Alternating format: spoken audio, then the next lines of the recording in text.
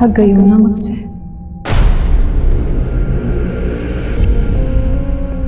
मैं भी थक गई हूं खुद से। अब जीना नहीं चाहती मैं। मार दो मुझे। मेरी जिंदगी किसी काम की नहीं है रोजी। प्लीज मुझे इस नरक से मुक्ति दे दो।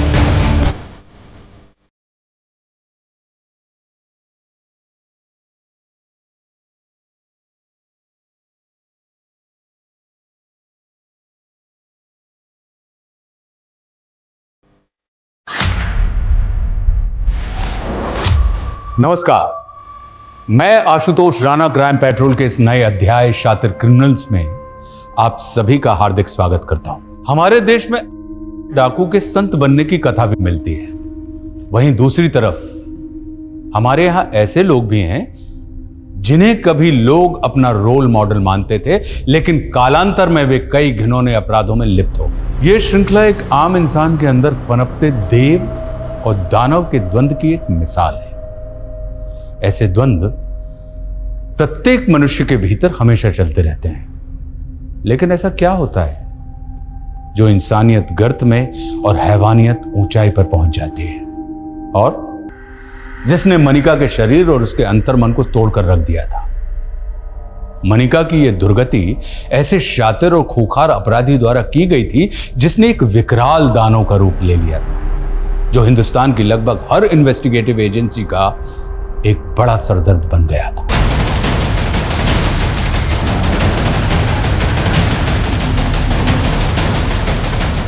देखिए बम टाइमर पे 20 मिनट का वक्त नहीं है। अगर धमाका हुआ तो बहुत तबाही होगी, सो प्लीज हरी अप।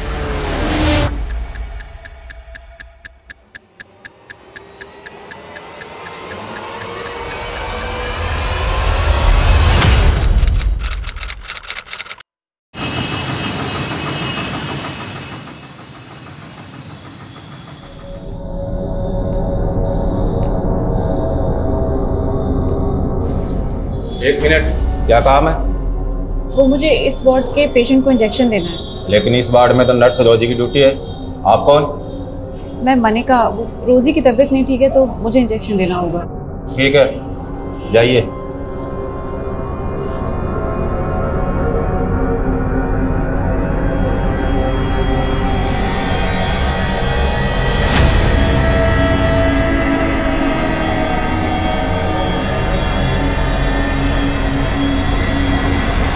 रोजी तुम होती कौन डिसाइड करने वाली? मुझसे बिना पूछे तुमने एक इंटर्न को इंजेक्शन देने के लिए भेज दिया? हाँ सर, मैं क्रिमिनल से बहुत डर गई थी सर। तो इंटर्न के इंजेक्शन देने से क्रिमिनल मर गया तो पुलिस को क्या जवाब देंगे हम? वो पहली वाली डर गई मेरे ऊपर से हैं?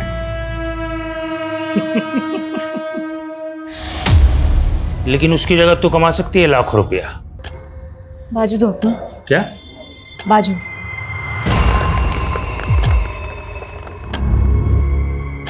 सिर्फ एक कॉल करना है और मेरा मैसेज पास करना है।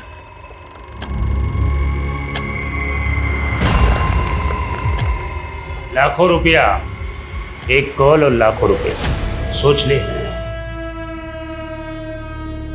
कॉल करके क्या मैसेज देना है?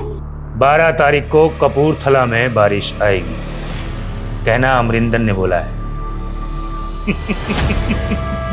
ये कह रहे हैं कि एक नंबर पे कॉल करके कहना है कि 12 तारीख को कपूरथला में बारिश आएगी।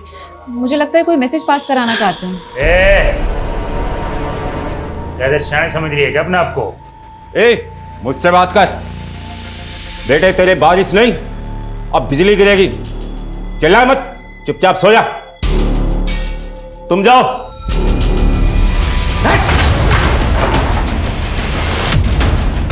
बिजली गिराएगा? चल चल पीछे। ए डॉक्टर, चल इधर इधर कोने में चल, तेरे को मैं देखता हूँ। पीछे चल। मार दूंगा इसको, मार दूंगा, ठोक दूंगा इसको। नीचे रख, अबे नीचे।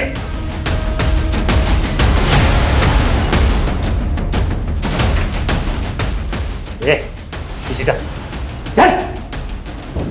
हट चल, पीछे रहना, पीछे चल, चुपचाप चल।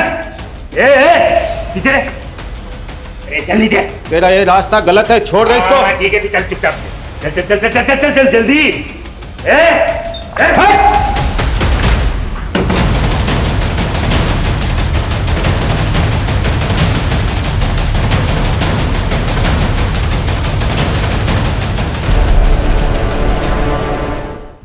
क्या है ये सब? अगर तुम दोनों की वजह से आज वो क्रिमिनल खून खराबा कर देता तो? सॉरी सर, लेकिन उसने कोई खून खराबा नहीं किया, बल्कि पुलिस को उसके मंसूबों का पता लगा है सर। अच्छा, इसके लिए तुम्हें मेडल मिलना चाहिए, वो भी एक नहीं 2। पहला मेडल उस क्रिमिनल के मंसूबे नाकामयाब करने का, अब दूसरा मेडल पहली बार इंजेक्शन देने के लिए, राइट? नो सर, ये मैंने पहली बार इंजेक्शन नहीं दिया है, मैं इससे पहले 15 बार दे चुकी हूँ सर। क्या 15 इंजेक्शन तुमने दिए? जी। लेकिन तुमने कहा था कि ये तुम्हारी पहली जॉब है, राइट? एग्जैक्टली सर, ये मेरी पहली जॉब है, लेकिन इससे पहले मैंने मेरे गांव में मेरी माँ को 15 इंजेक्शन दिए थे सर। एक्चुअली वो उन्हें डायबिटीज़ था और गांव से हॉस्पिटल 100 किलोमीटर दूर था, तो मैं ही उन्हें इंसुलिन के इंजेक्शंस देती थी सर। मैं तो डॉक्टर बनना चाहती थी, लेकिन ये और सारे... बोलती हो तुम, अगर डॉक्टर नहीं बन पाई तो पुलिस इन्फॉर्मर बन जाए, लेकिन अगर नर्स की जॉब करनी है तो मेरे इंस्ट्रक्शन फॉलो करने पड़ेंगे। Now please leave.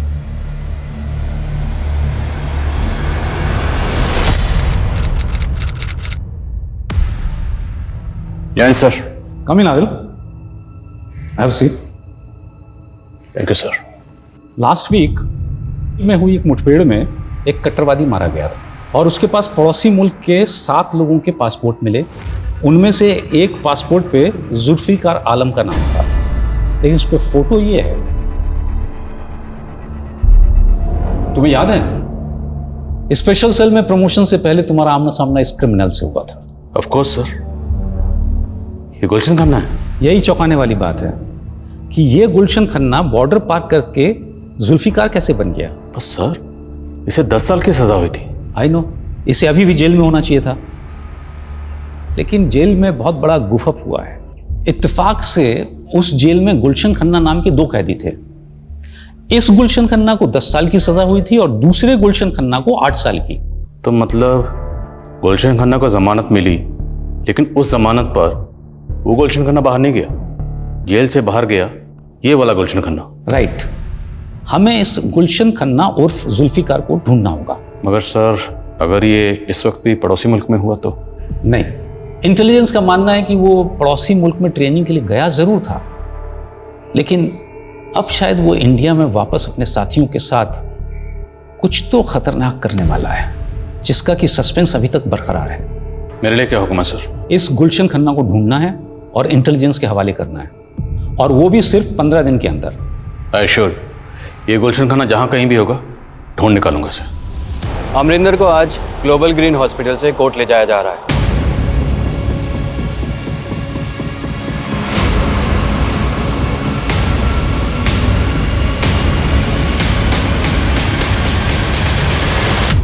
गॉड, ये आफत यहाँ से गई।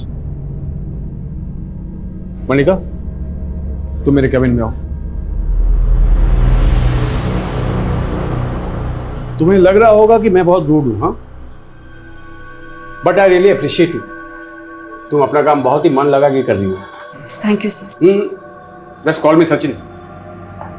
अच्छा सुनो, मैं सोच रहा था कि कल से मैं नाइट आवर्स में रहने वाला हूँ। मैं चाहता हूँ कि तुम अपना शिफ्ट टाइम चेंज कर लो। I want you to assist me. But sir, no if and but. Doctor बनना चाहती हो तुम? I want to see your dedication. I can recommend you if I see some spark in you. Right? You can go. Okay sir.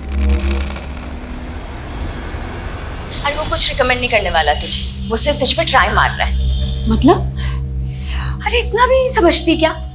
अरे he is trying to flirt with you. उस Romeo से ना बच के रहना, समझी? चल।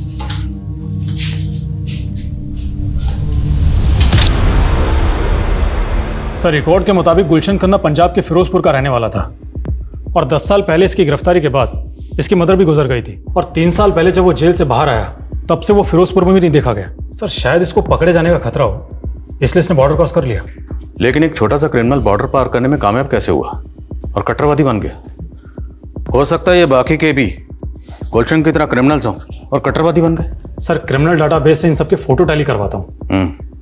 पर अहम सवाल ये है कि गुलशन खन्ना इतनी बड़ी जालसाजी करके जेल से फरार होने में कामयाब कैसे हुआ? आखिर जेल में चल क्या रहा था?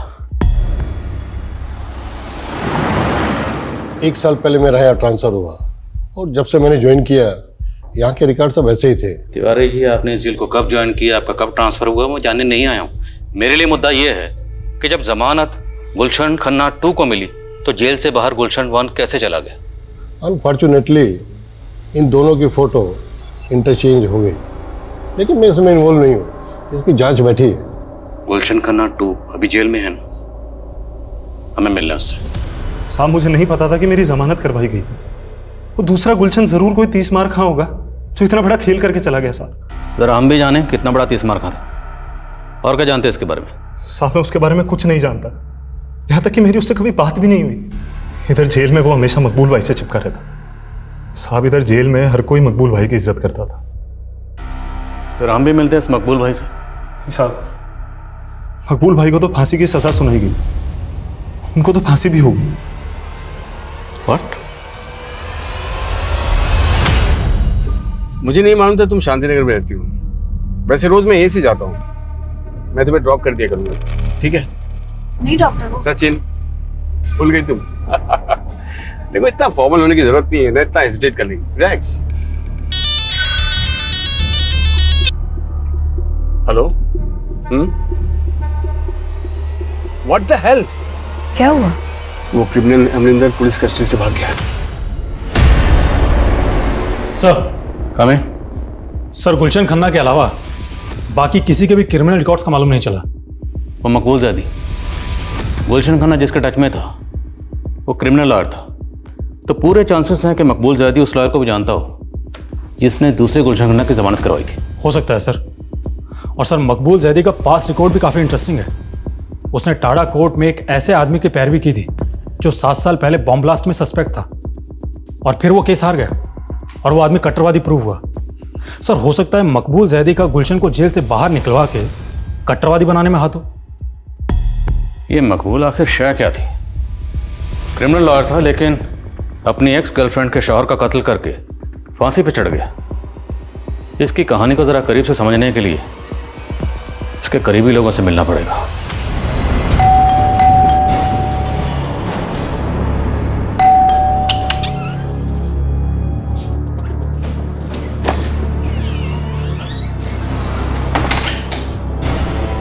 क्या हुआ? इतनी डरी हुई क्यों लग रही है?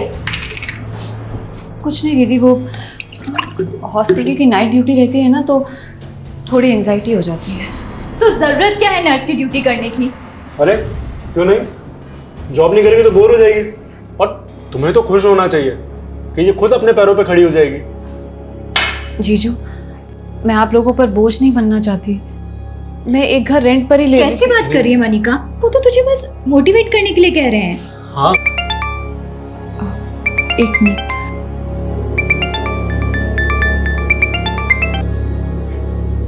हाँ रोजी, मैंने तुझे कहा था आग से दूर रहने के लिए, लेकिन तू तो उसी के साथ खेलने लग गई। अब ना तेरा कुछ नहीं हो सकता, कोई नहीं बचा सकता तुझे। मेरे भी होश उड़े हुए हैं रोजी, कुछ समझ में नहीं आ रहा है। जब से वो क्रिमिनल भाग गया है। अरे मैं उसकी बात नहीं कर रही, मैं डॉक्टर सचिन की बात कर रही हूँ। लगता है तूने उनका प्रपोजल एक्सेप्ट कर लिया, तभी उनके साथ कार में राइड कर रही थी। अरे वो उन्होंने ऐसे फोर्स किया ना मुझे कि मैं मना ही नहीं कर पाई।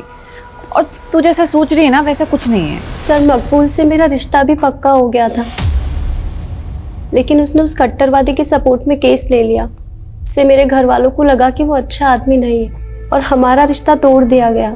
उसके बाद मेरा निकाह कहीं और हो गया, लेकिन मकबूल ने मेरे शौहर को भी मार डाला और जेल जाने के बाद भी लगातार फोन करके मुझे परेशान करता रहा। सर मकबूल जेल जाने के बाद आपको फोन करता था? जी सर, सिर्फ फ़ोन कॉल्स नहीं, मैसेजेस, ईमेल ये सब भी किया करता था और कहता था कि जेल तोड़कर आ जाएगा और मुझे किडनैप कर लेगा। सर जब तक उसे फांसी नहीं हुई ना, मैंने एक सांस चैन की नहीं ली सर। मकबूल आपको जिस नंबर से कॉल करता था और जिस ईमेल आईडी से मेल करता था वो दोनों प्लीज़ लिखिए आप।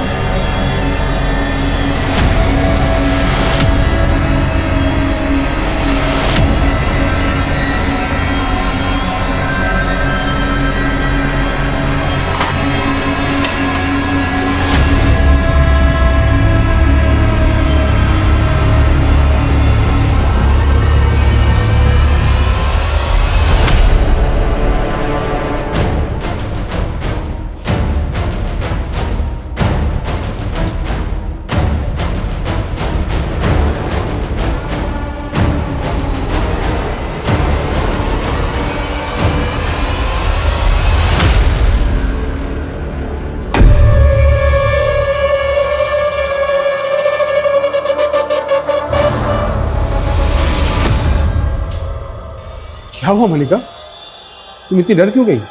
Are you all right? ठीक हो?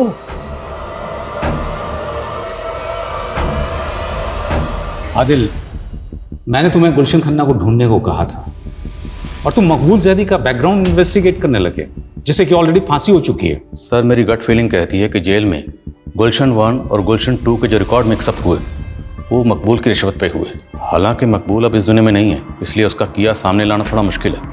पर सर स्ट्रांगली फील कि सच यही है, क्योंकि सर गुलशन जेल में मकबूल के टच में था और सर ये मकबूल जेल में रहते हुए भी फेक आईडी से लिया गया सिम इस्तेमाल करता था। उस सिम से ना सिर्फ वो अपनी गर्लफ्रेंड को कॉल करता था बल्कि फेक आईडी से लिए गए और कई नंबर्स पे लगातार कॉल करता था। उस जेल में इतना कुछ हो रहा था? सर इतना ही नहीं, हमें तो यहाँ तक पता चला है कि मकबूल जेल में रह के ईमेल भी करता था। जिस ईमेल आईडी का वो इस्तेमाल कर रहा था, साइबर टीम की मदद से हमने उसकी डिटेल्स निकलवाई। सर आपको जानकर ताज्जुब होगा कि मकबूल के मरने के बाद भी वो ईमेल आईडी अभी भी एक्टिव है। सर इनमें से ज़्यादातर ईमेल्स में तो ऊट पटांग शेरो शायरी लिखी गई, लेकिन ये जो आखिरी 2 ईमेल्स हैं ये गौर करने लायक है। मैच पोस्टपोन नहीं होगा, प्लेयर्स को बोलो अच्छी तरह प्रैक्टिस करें। सर आई थिंक ये कोई कोड लैंग्वेज है जिसके जरिए कोई इंस्ट्रक्शन पास ऑन की गई है। जिस आईडी से ये मेल आया वो ट्रेस हुआ? नहीं सर अभी तक नहीं, लेकिन साइबर टीम कोशिश कर रही है। और सर इस ईमेल के अगले दिन एक और ईमेल आया, ये वाला। अब इसमें ना तो कोई वर्ड्स है ना कोई सेंटेंस है, इसमें सिर्फ डिजिट्स है, 22 डिजिट, टोटल 22 डिजिट्स। सर हो ना हो ये कोई कोड है और हमें इस कोड को जल्द से जल्द डिकोड करना होगा ताकि हम किसी भी बड़े हादसे को होने से रोक सकें। हेलो, आजकल बहुत चिपक रही है डॉक्टर सचिन से। तुम एक मामूली सी नर्स होकर डॉक्टर से शादी करने का सोच रही है। क्या बकवास कर रहे हो तुम? हो कौन तुम? मैं जो भी हूँ जल्दी जान जाएगी। अब दूर रहे डॉक्टर सचिन से, वरना बहुत पछताएगी। उसने तुम्हें मुझसे दूर रहने की धमकी दी? था कौन वो? उसने कुछ नहीं बताया सर, लेकिन जरूर उसे कोई गलतफहमी हो रही है क्योंकि हमारे बीच तो ऐसा कुछ है ही नहीं। मैं नहीं जानता तुम मुझे लेकर क्या सोचती हो, लेकिन देखो सच तो ये है कि मैं तुम्हें पसंद करने लगा हूं। ये क्या कह रहे हैं सर आप? पहले तुम्हारी सिस्टर तुम्हारी शादी किसी और से करवाना चाहती है, लेकिन मेरा दिल ये कह रहा है कि तुम भी मुझे पसंद करने लगी हो। सर मैं I know Manika, it's too early. इतनी जल्दी तुम्हारे लिए हाँ बोलना इतना आसान नहीं है, लेकिन take your time, I will wait. Department के कई एक्सपर्ट से मैंने इस 22 डिजिट के कोड को डिकोड करवाने की कोशिश की, लेकिन कोई प्रोग्रेस नहीं है। लेकिन सर इन कोड्स को डिकोड करना निहायत ज़रूरी है। सर इससे पहले कोई बड़ा हादसा हो, हमें बिना वक्त गवाए इन्हें डिकोड करना चाहिए। मैंने भी यही कंसर्न शो किया था, लेकिन उनका कहना है कि ये केस सेंट्रल इन्वेस्टिगेटिव एजेंसी को सौंप दिया जाए, जो कि इस तरह के केसेस की एक्सपर्ट है। बट सर आपने मुझे 15 दिन दिए थे, अभी तो सिर्फ 10 दिन हुए हैं सर। वैसे भी डिसाइड हो चुका है, we are no more in this case.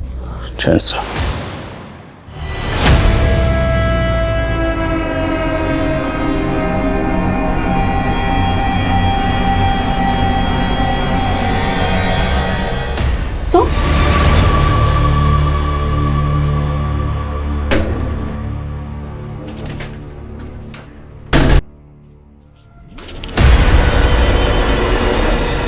Manika,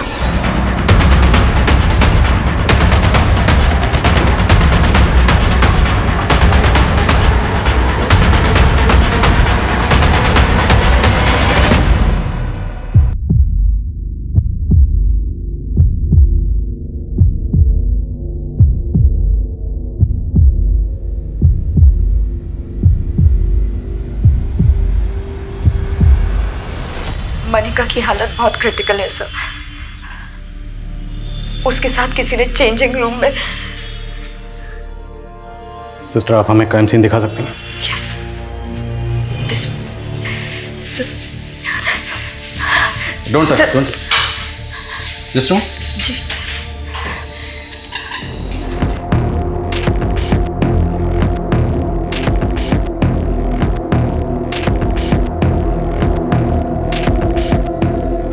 सब मनिका को ना सिर्फ मारने की कोशिश की गई है,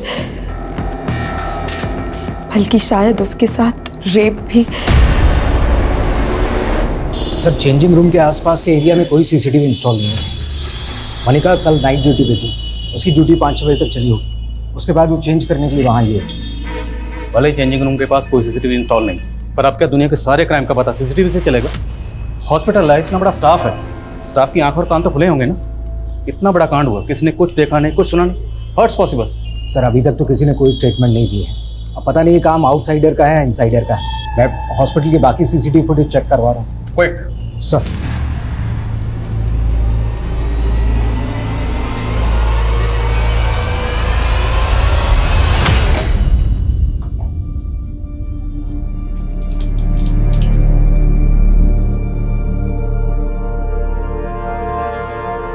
मनिका की हालत अब कैसी? मनिका के गले में चेन इतना टाइट बांधी गई थी कि उसके ब्रेन में ब्लड सप्लाई रुक गई और मनिका कोमा में चली गई। क्या मनिका का रेप भी किया गया था? नहीं सर, एक्चुअली वो मनिका को पीरियड से आया हुआ था। हो सकता है इस वजह से क्रिमिनल रुक गया हो, लेकिन रेप के कोई साइन नहीं है। अच्छा, हमें ये भी पता चला है कि मनिका कल रात नाइट ड्यूटी पर आप ही के साथ थी। जी सर, मुझे तो लगा था कि नाइट ड्यूटी के बाद वो चली गई होगी, लेकिन वो सर होना हो ये जरूर सुरेश ने किया है सर। कौन सुरेश? सर वो यहाँ वार्ड बॉय था। मनिका ने पहले मुझे उसके खिलाफ कंप्लेंट भी की थी। कुछ दिन पहले सर चेंजिंग रूम में मनिका को चेंज करते हुए देख रहा था। ये क्या बोल रही है मनिका? हाँ, मैं ऐसा करूंगा? भरोसा तो मुझे भी नहीं हुआ था कि तुम इस हद तक गिर सकते। अरे गिर तो तू रही है जो इतना घटिया रहा है। मैं सुरेश के खिलाफ पुलिस एक्शन लेना चाहता था, लेकिन मनिका नहीं चाहती थी कि बात फैले, इसीलिए मैंने सुरेश को सस्पेंड करवा दिया।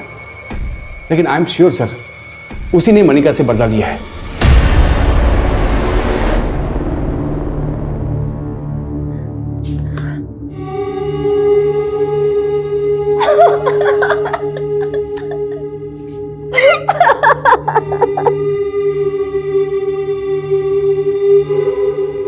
सर मैंने कुछ नहीं किया सर मनिका को पहले भी गलतफहमी हुई थी सर। उसने मेरे ऊपर झूठे आरोप लगाए थे, तो इसी बात की खुंदक निकाली। तब जो नहीं कर पाया वो अब कर दिया। सच कह रहा हूं सर, मैंने कुछ नहीं किया। संदीप, सर सुनो सर। अगर मनिका का उस वार्ड बॉय से कुछ भी इशू था तो उसने इस बारे में आपसे तो जिक्र किया होगा। नहीं सर, उसने कुछ नहीं बताया, लेकिन वो काफी दिनों से कुछ डरी डरी सी रहती थी। किस वजह से डरी हुई थी? सर इस बारे में उसने कुछ नहीं बताया, पर वो नाइट ड्यूटी में बिल्कुल कंफर्टेबल नहीं थी। अच्छा, मनिका के कानों में जो इयररिंग्स थे, मनिका किस तरह के इयररिंग्स पहनती थी? सर मनिका तो सोने के रिंग्स पहनती थी और हाथों में सर सोने की चूड़ियां पहनती थी। ये देखिए सर।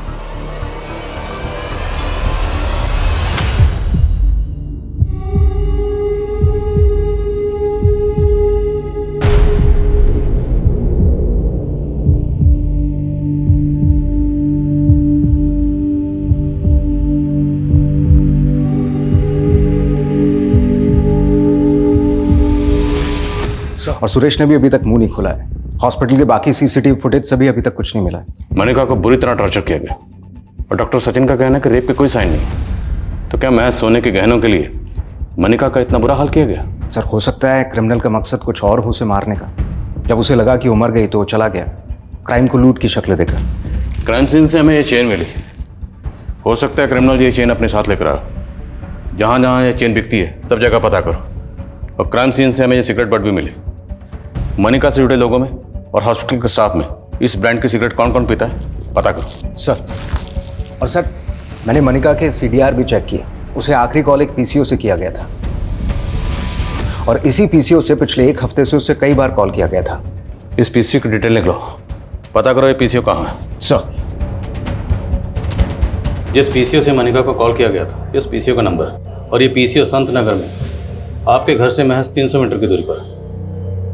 ये कॉल किसने किया होगा? एक्चुअली सर मुझे भी मनिका ने ये नंबर दिखाया था। उसको इसी नंबर से थ्रेड कॉल्स आ रही है। Thread calls? Yes sir. Actually sir मेरा और मनिका का अफेयर था और कोई मनिका को धमकी दे रहा था कि वो मुझसे दूर रहे। ये बात आपने हमें पहले नहीं बताई? हाँ सर मैं बताने वाला था लेकिन उस वक्त मुझे ज़्यादा डाउट सुरेश पे था। Thank you.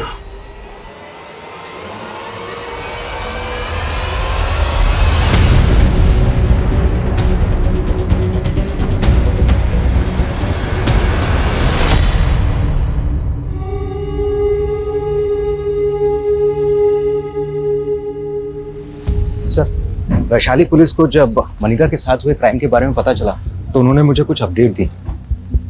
वैशाली पुलिस ने मनिका के केस की अपडेट दी? Yes sir. वैशाली पुलिस ने अमरिंदर नाम के एक क्रिमिनल को अरेस्ट किया था। उसका इलाज उसी हॉस्पिटल में चल रहा था और मनिका की वजह से उसके कपूरथला के एक अड्डे का पता चला था जहां पर उसकी हथियारों की खेप भी पकड़ी गई थी और हॉस्पिटल से निकलते ही अमरिंदर फरार हो गया। हो सकता है अमरिंदर ने ही मनिका के साथ में ये किया बदला लेने के लिए। अमरिंदर गैंग की डिटेल निकलो और पता करो जिस दिन ये क्राइम हुआ उस दिन हॉस्पिटल में या हॉस्पिटल के आसपास के एरिया में उसके गैंग का कोई आदमी दिखा था क्या? सर ये इंतजार कभी खत्म नहीं होगा मनिका। मैं जानता हूं तुम पल पल जीने के लिए लड़ रही हो लेकिन मैं तुम्हें इस हाल में देख नहीं पा रहा हूं। इसलिए मैं रिजाइन कर लिया है मनिका और हमेशा के लिए यहां से जा रहा हूं।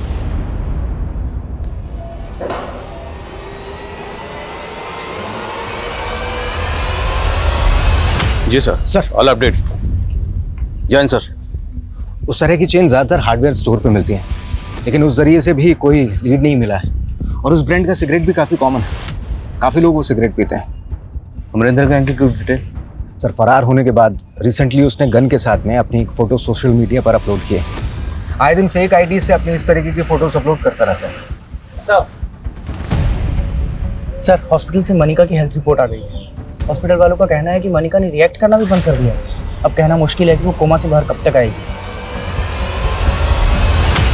सच बहुत डरावना है।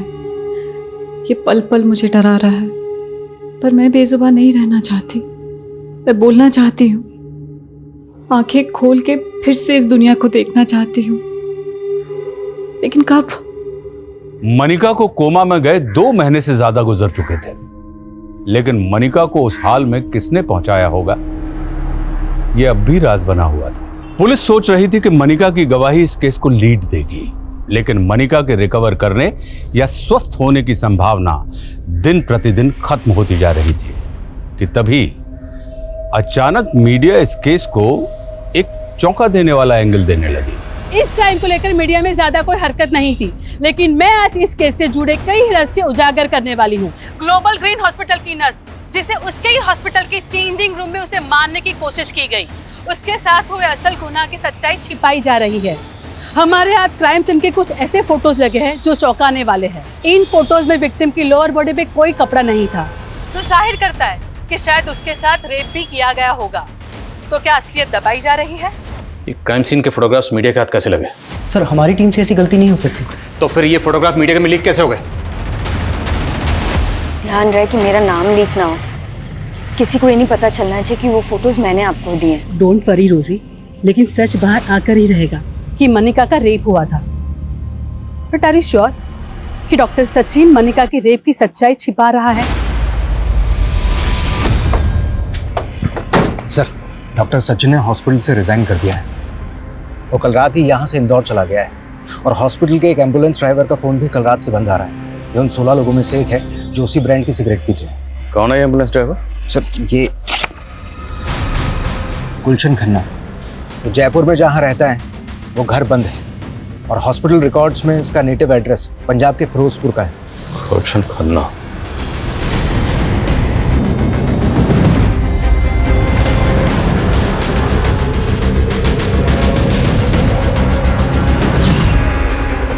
गुलशन अगर फिरोजपुर नहीं पहुंचा तो गया कहाँ? पता नहीं सर। सर लेकिन डॉक्टर सचिन गायब नहीं है। लेकिन डॉक्टर सचिन के रिजाइन करते ही गुलशन खन्ना गायब हुआ है। हो सकता है इसमें इन दोनों की मिलीभगत हो। इस डॉक्टर सचिन पर नजर रखो और गुलशन खन्ना इसके लिए लुकआउट नोटिस जारी करो। Okay sir.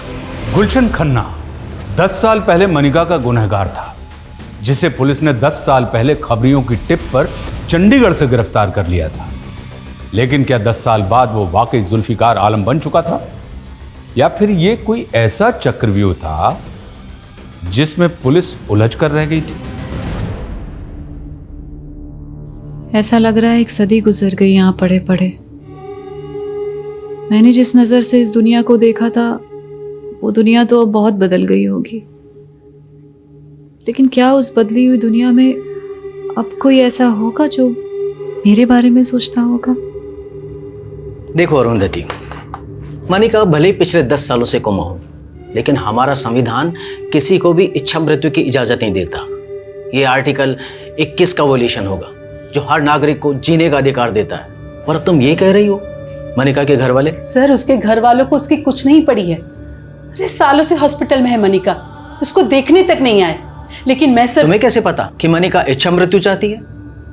उसके अधिकारों के लिए लड़ रही हो, लेकिन तुम उसकी जिंदगी की मालिक नहीं हो जाती। तुम्हारी पिटीशन रिजेक्ट की जाती है। Sir please, you can go. Sir, commissioner Sharma. Sir, officially ये केस हमारे हाथ से जा चुका है, लेकिन फिर भी आप इस केस पर काम कर रहे हैं? हाँ शर्मा, क्योंकि मैं खुद को चैलेंज करना चाहता हूँ। अगर गुलशन खन्ना की कोई भी लीड इन डिजिट्स और अल्फाबेट में कहीं छुपी है ना, तो मैं उसे डिकोड करके रहूँगा। उसके लिए चाहे मुझे दिन रात को नहीं करनी पड़े। मैंने कुछ एक्सपर्ट से बात की है, उनका कहना है कि इन डिजिट्स और अल्फाबेट्स का आपस में कॉम्बिनेशन होता है, और इन डिजिट्स के अल्फाबेट्स को अगर जोड़ें तो एक वर्ड फॉर्म होता है जिसमें कोई ना कोई मैसेज छुपा होता है। जैसे न्यूमरोलॉजी में हर अल्फाबेट का एक अक्षर होता है। एग्जैक्टली सेम उसी तरह से यहाँ पर A to I और J to R को 1 से 9 के डिजिट्स दिए गए हैं, और S to Z को 9 से 1। हालांकि टेररिस्ट ग्रुप इन नंबर और डिजिट्स को अपने हिसाब से घुमाते रहते हैं, but still I have to find out कि ये 22 डिजिट्स जो हैं, अब इनके अल्फाबेट्स को जोड़ने के बाद कौन सा वर्ड फॉर्म होता है। सर, अगर हम अनऑफिशियली इस केस पर काम कर ही रहे हैं तो हमें उस क्रिमिनल अमरिंदर पर भी रीलुक करना चाहिए, क्योंकि हमें लगता था कि अमरिंदर का गुलशन से कनेक्शन होगा। हाँ, बस शर्मा, अमरिंदर तो काफ़ी लंबे अरसे से अंडरग्राउंड है ना। सर, अगर मान लें कि अमरिंदर का गुलशन से कनेक्शन हो तो मकबूल भी अमरिंदर से कनेक्टेड हो। मुमकिन है। Investigate it. Arundhati madam, court कुछ भी कहे, लेकिन मनिका रोज मेरे सपने में आती है और यही कहती है कि उसे इस नर्क से मुक्ति चाहिए। मुक्ति तो हम नहीं दे सकते, लेकिन क्या तुम्हें लगता है कि मनिका की इस हालत के जिम्मेदार सिर्फ गुलशन नहीं, डॉक्टर सचिन भी है? उसने ही जानबूझकर मनिका की रेप केस की बात छिपाई थी। अब इन बातों का क्या फायदा मैडम? पुलिस ने अरेस्ट तो सिर्फ गुलशन को ही किया था ना।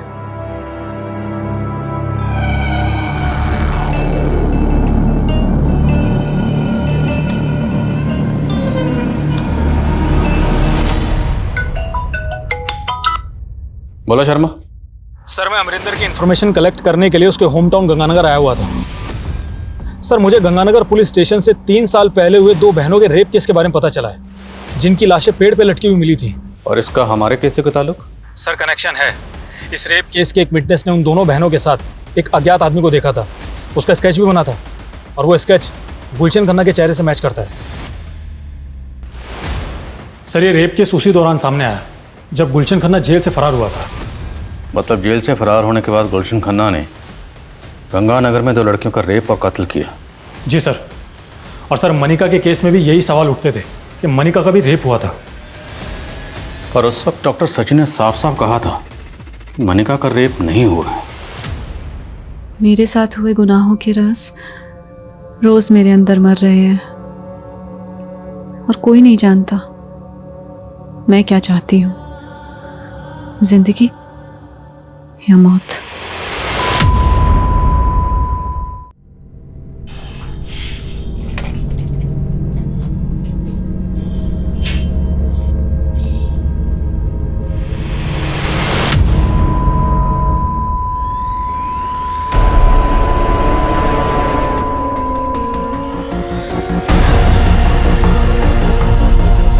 मनिका, मनिका, मनिका।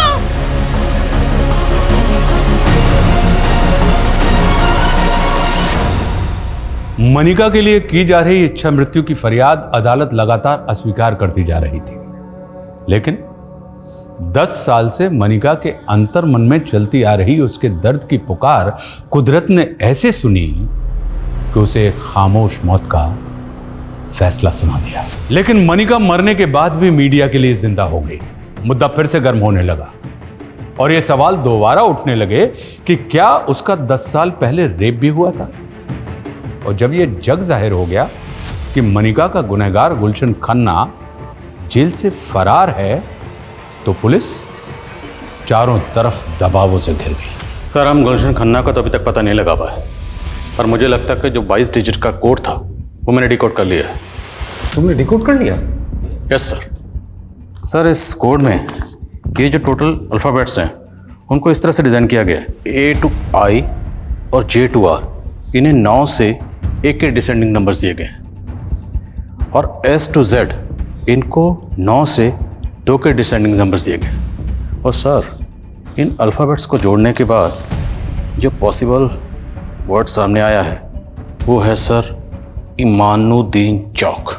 और ये जो बचे हुए डिजिट्स हैं इनके कोई अल्फ़ाबेट बन के कोई वर्ड नहीं बनता? नहीं सर, पर सर गौर करने वाली बात है, अगर हम इन डिजिट्स को गौर से देखें और इनको डिवाइड करें sir this way 15/06/1630, it could be sir 15 जून 1630।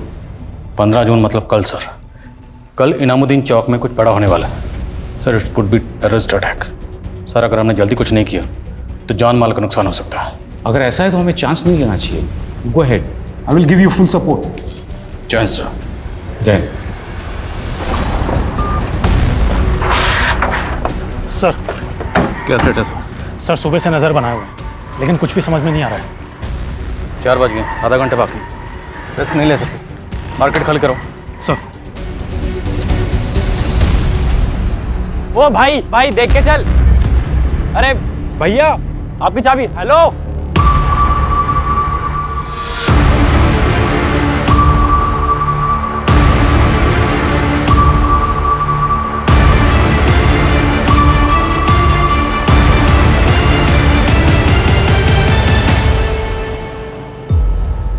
ये तो स्कूटर या बाइक की चाबी है।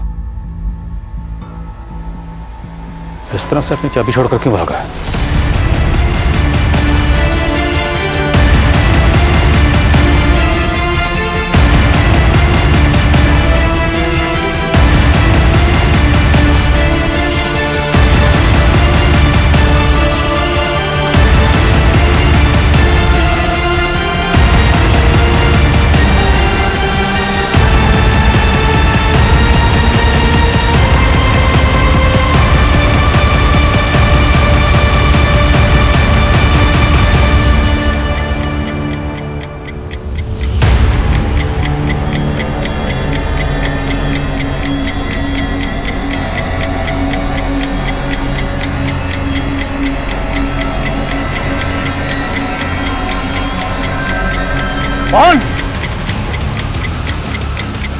बम यही है।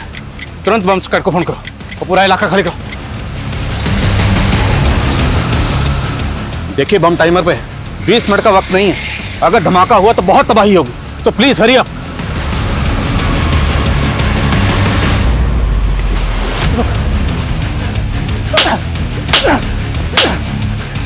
बाकी ग्रुप के लोग कहां इधर हैं? हाँ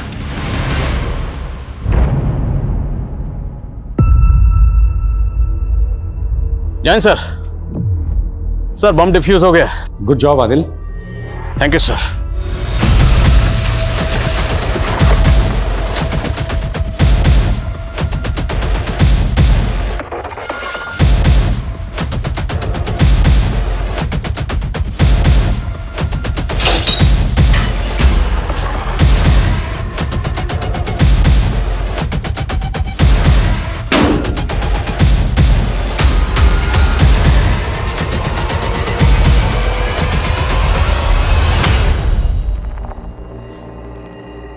शुरू।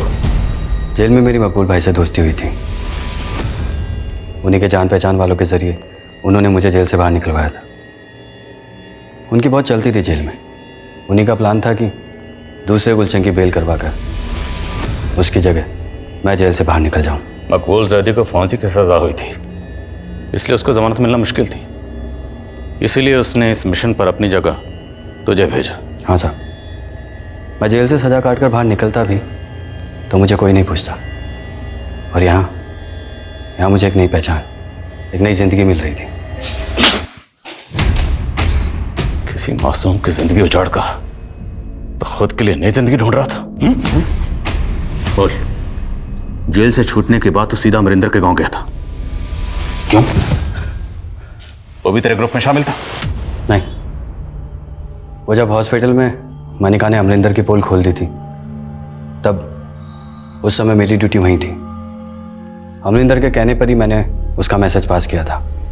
अमरिंदर को आज ग्लोबल ग्रीन हॉस्पिटल से कोर्ट ले जाया जा रहा है। तब वो वहाँ से भाग गया था, लेकिन उस पर मेरे पैसे बकाया थे। उसने मुझसे वादा किया था कि उसकी इन्फॉर्मेशन पास कर दूंगा तो वो मुझे पैसा देगा। जेल से छूटकर मैं वही लेने गया था और वहाँ 2 लड़कियाँ दिखी, तो मकबूल भाई के दोस्तों के साथ मिलकर उनके साथ मजा किया और पेट पे टांग दिया। और 10 साल पहले तूने मनिका का रेप भी किया होगा। जबान की बहुत तेज थी साहब, अपने आगे मर्दों को कुछ समझती नहीं थी। इसी अकड़ में वो अमरिंदर से भी अड़ गई। मैं भी देखना चाहता था कि कितनी गर्मी है उसमें। कपड़े बदलते हुए देखता था सामने उसे, बहुत अच्छी लगती थी मुझे। उसको प्रपोज भी करना चाहता था, पर उसने मुझे कभी भाव ही नहीं दिया। उस डॉक्टर सचिन को भाव देने लगी तो मैंने उसको धमकी दी। मनिका को धमकाने के लिए तो उन्होंने डॉक्टर सचिन के घर के पास वाला पीसीओ इस्तेमाल किया। क्यों? डॉक्टर सचिन अमरिंदर का इलाज कर रहा था। पहले भी अमरिंदर का मैसेज पास किया था उस पीसीओ से मैंने, ताकि अगर बात खुले तो सारा शक डॉक्टर सचिन पे जाए। और फिर बाद में मनिका को भी उसी पीसीओ से फ़ोन करके धमकी दी, लेकिन वो नहीं मानी। तो उस दिन तो और डॉक्टर सचिन ने कहा कि उसका रेप नहीं हुआ। तो मैं खुद हैरान था कि उसने ऐसा क्यों कहा। सर, मैं शादी करना चाहता था मनिका से, इसलिए मैं ये नहीं चाहता था कि उसकी बदनामी हो। लेकिन मुझे ये नहीं मालूम था कि इतने सालों के बाद उसका ये आश्र होगा। जब भी किसी गुनाह को छिपाया जाता है तो उसका परिणाम हमारे समाज के लिए बहुत घातक होता है। डॉक्टर सचिन ने मनिका के रेप का राज जिस भी मकसद से छुपाया, लेकिन पुलिस ने भी तब मनिका के सेकंड मेडिकल टेस्ट के बारे में नहीं सोचा, जो कहीं ना कहीं इस गुनाह की दस्तक को नजरअंदाज करने जैसा था। अगर ऐसा ना होता तो गुलशन पे कई गंभीर धाराएं लगती और उस दशा में शायद वो ऐसे भागने में सफल नहीं होता। लेकिन ये चूक इतनी भारी पड़ी कि उसके द्वारा ना सिर्फ 2 और मासूमों का रेप और मर्डर किया गया, बल्कि वो राष्ट्रीय सुरक्षा के लिए खतरा बन गया। ऐसे आपराधिक तत्वों से हमें हमेशा चौकन्ना रहना चाहिए, क्योंकि किसी के चेहरे से उसकी मंशा का आभास कर पाना आसान नहीं होता। गुनाहों के सबब ही उससे सबक लेने की मिसाल बनते हैं, और किसी एक की आपबीती हमेशा दूसरे को सतर्क करती है। नमस्कार, मैं आशुतोष राणा क्राइम पेट्रोल सतर्क के नए अध्याय शातिर क्रिमिनल्स में आप सभी का हार्दिक स्वागत करता हूं। इस श्रृंखला में हम ऐसे कुख्यात अपराधियों की बात करेंगे जिनके दिमाग के काम करने का तरीका देखकर आपकी रूह तक कांप जाएगी कि इंसानी दिमाग किस तरह से आपको अचंभित करने की क्षमता रखता है। पावर इस दुनिया का सबसे बड़ा नशा है, लेकिन क्या पावर किसी का सगा होता है? जवाब है नहीं। और इसका सबसे बड़ा उदाहरण है भस्मासुर। आप सभी जानते हैं कि भस्मासुर यदि किसी के सर पर हाथ रख देता था तो वो भस्म हो जाता था। हुआ क्या? एक दिन उसके ही पावर ने उसे ही भस्म कर दिया।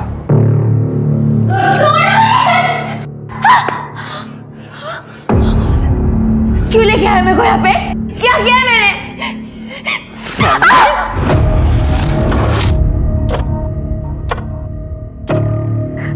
तेरे को बोली थी ना मैं, मेरे बेटे से लगन लगा ले, लेकिन तेरे को तो बहुत चर्बी चढ़ी है ना।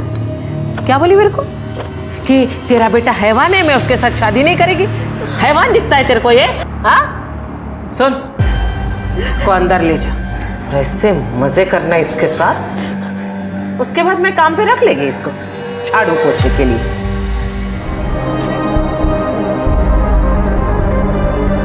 तुम लोग ने जो मेरे साथ किया है ना, किस्मत भी वही तुम लोगों के साथ करेगी। खत्म हो जाएगा परिवार।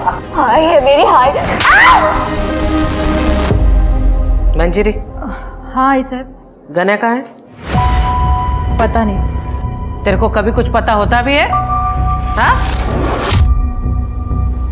बबन, पता कर गने का है, वरना सुबह शहर मेरे को उसके बिना ही जाना पड़ेगा। जी आए सर। चल बाहर निकल, चल।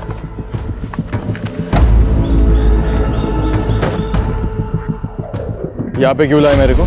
गलती हो गई गणेश जी, माफ कर दो। अभी तुम आजाद हो, भागो। मला माहिती है, जैसे ही मैं भागना शुरू करूंगा तुम लोग मुझे पीठ पर गोली मारो। हमारे हाथ में हथियार दिख रहे हैं? दिख रहे हैं क्या? पीठ पे गोली नहीं मारते हम लोग।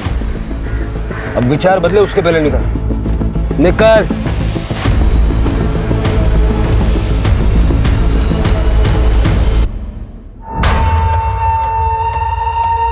गने फोन का उछलत नहीं है, लगता है इसके बिना ही नासिक जाना पड़ेगा। बबन चल।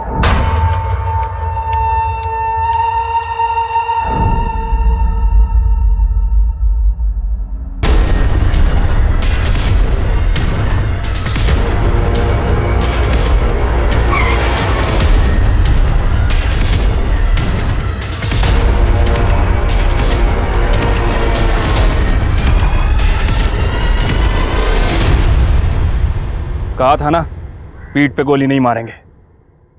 लोकल पुलिस को बता दो कि एनकाउंटर हो गया है। सर चल चल, अंगूठा लगा। मैं इस कागज पे अंगूठा नहीं लगाऊंगा। क्या? अंगूठा नहीं लगाएगा? अंगूठा नहीं लगाएगा? चल चल, अंगूठा लगा। है पूरे हैं? हाँ, चेक किया मैंने। चलो, कुछ तो अच्छा काम किया मेरे नवरे ने। ए, लाओ ना रे अंगूठा, काय को मेरे इतना टाइम खोटी कर रहा है? मैं अंगूठा नहीं लगाऊंगा।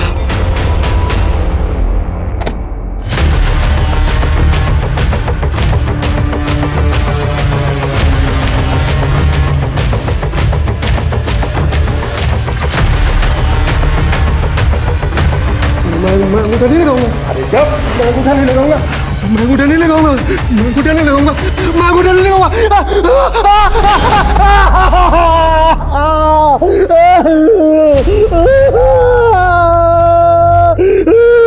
अब दे इसको, अब लगाएगा अंगूठा। चल।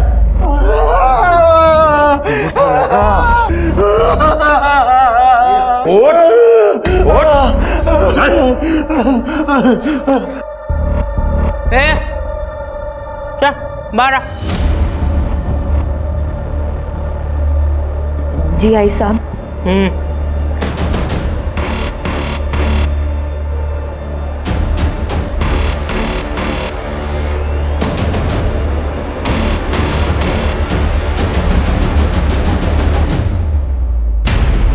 आई साहेब, तो इंस्पेक्टर देशमुख आला.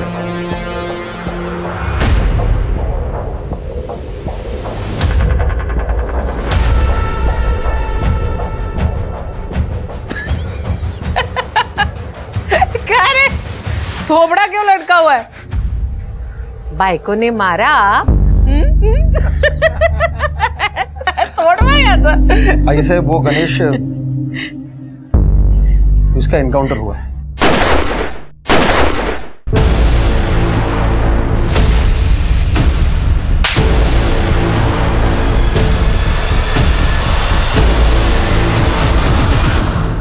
मुंबई से कोई टीम आई है. क्यों? बैंक रॉबरी इन्वेस्टिगेशन के लिए. उसका इस केस से क्या लेना देना? वो लोग बस कोई ना कोई बहाना लेके आते हैं ताकि सब कुछ लीगल लगे. और हेडक्वार्टर ने भी उन्हें अचानक भेजा तो मैं भी कुछ कर नहीं पाया. और आज सुबह हमें पता चला कि जंगल के पास गणेश की लाश पड़ी है. गणेश! आई साहब, मुझे माफ कर दीजिए.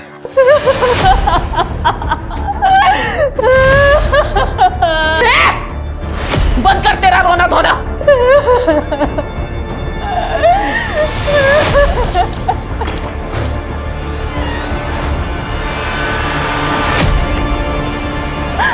आई, गणे गया तो क्या हुआ? मैं हूं ना, मैं उसकी जगह संभालूंगा.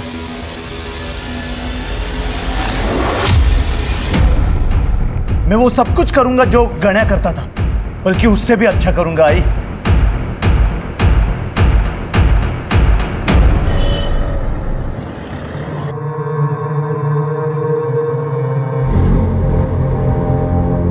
मेरा गण्या चला गया. पक्का पक्का किसी ने उसकी पुलिस को चुगली की है. ए, इकड़े. मैंने तेरे को पूछा था ना कल, गण्या किधर है? हाय साहब, आपको पता है ना, वो मुझे कभी बता के नहीं जाता था. बाइक को है ना त्याची तो, तेरा पति किधर जाता है, क्या करता है, ये सब पता लगाना तेरी जिम्मेदारी थी ना. हाँ बाबा, पता लगा उस गद्दार का.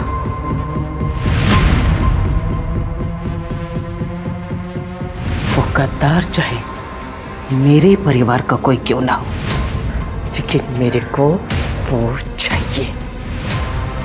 मैं खुद उस गद्दार से बात करेगी, लेकिन जब तक मेरे बेटे का कातिल मुझे मिल नहीं चाहता ना, मैं चुप नहीं बैठेगी. सर, ये रही आई साहब की पूरी फाइलें जो हमारे पास है. ढूंढो, स्टोर रूम में, बाथरूम में, और भी फाइल्स मिलेंगी. एक बात तो क्लियर है, तुम्हें या तुम्हारी टीम को इन केसेस की कुछ पड़ी नहीं है. 30 से ज्यादा केसेस पेंडिंग है और एक भी केस में कोई हलचल नहीं. धूल तो देखो इन पे.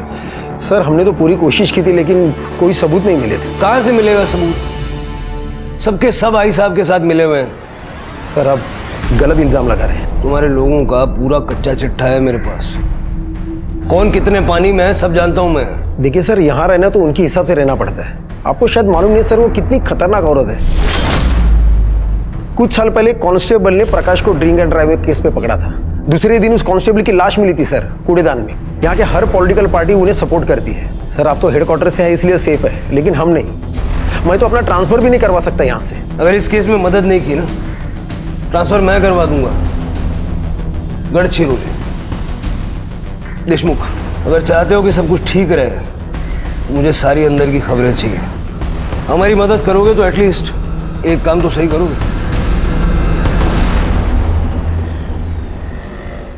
अरे ये देखो, आई साहब की इनलीगल धंधों की लिस्ट है. देखो, मेरे साथ तो साक्षात हुआ था. मेरी जमीन जबरदस्ती हड़प ली इन लोगों ने. हाँ, और मेरा घर और दुकान दोनों हड़प लिया है. अरे मैं रास्ते पर आ गया हूँ, ये तो अच्छा हुआ कि पुलिस वाले मुंबई से आ गए और इन सब बातों का खुलासा हुआ। अब ऐसा लगता है कि इस औरत के जुर्म से हमें मुक्ति मिलेगी। लेकिन जिसने भी ये आर्टिकल लिखा है वो साहसी रिपोर्टर है कौन?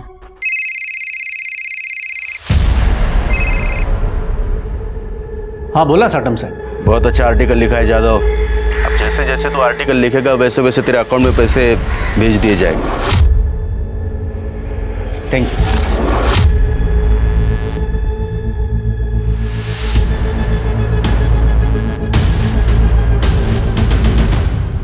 अरुण, अरुण, ये सब क्या है? ऐसा क्यों किया तुमने? तुम्हें दशक में रहना है कि नहीं? मीना तुम टेंशन मत लो। हाँ रिलैक्स, बैठो।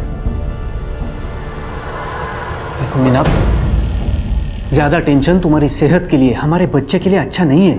मुंबई से जो टीम आई है ना, वो आई साहब को सबक सिखाने के लिए आई है। गणेश का काम तो हो गया,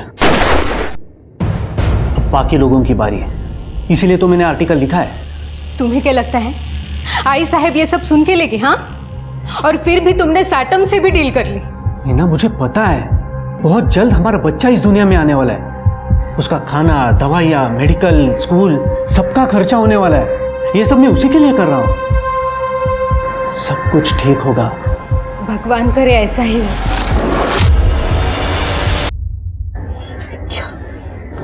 क्या ये? हाँ? कौन है ये 2 कौड़ी का रिपोर्टर? हिम्मत कैसे भी उसकी मेरे बारे में छापने की? आई, सूरज उसको सबक सिखा देगा। क्यों सूरज? हो प्रकाश दादा। लाश, लाश पाहिजे मला। ठीक है आई, हम उसका काम तमाम कर देंगे। ए, गोल बच्चन बंद कर। अगर तमाम ही करना होता ना तो अब तक कर चुके होते। तुम्हारे बदले अगर मेरा गन्या जिंदा होता ना तो कब का उसको ठोक चुका रहता। यही फर्क है तुम लोगों में और मेरे गन्या में। पप्पन चाहिए मेरे को। अब वही उस रिपोर्टर को ठिकाने लगाएगा।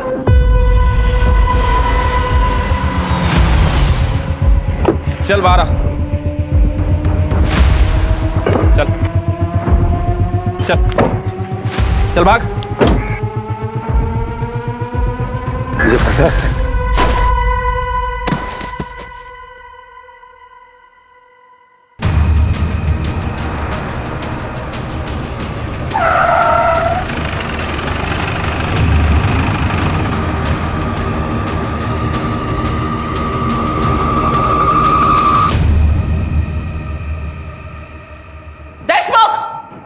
मुंबई के हीरो लोग। हाँ कहाँ है? ए हीरो, फाइल में क्या ढूंढ रहा है रे? ये देख, इधर खड़ी है मैं तेरे सामने।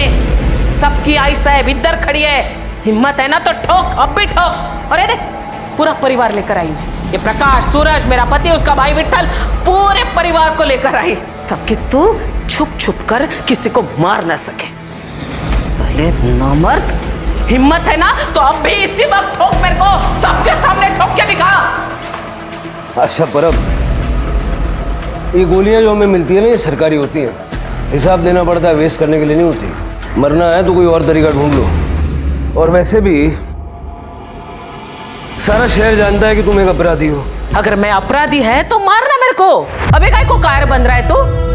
एक बात याद रख, अगर मेरे घर के किसी भी सदस्य को तूने हाथ भी लगाया ना तो यह साला सारा दशक जल उठेगा और हर एक की मौत का जिम्मेदार तू खुद होगा। अगर तू चाहता है ना कि ये सब ना हो तो अपना बोरा बिस्तर बांध और निकल मुंबई। और हाँ, रास्ते में अगर तेरे को कुछ दारू, मटन, चखना कुछ भी चाहिए होगा ना तो मेरे घर से उठा लेना। मैं शराब नहीं पीता और शुद्ध शाकाहारी।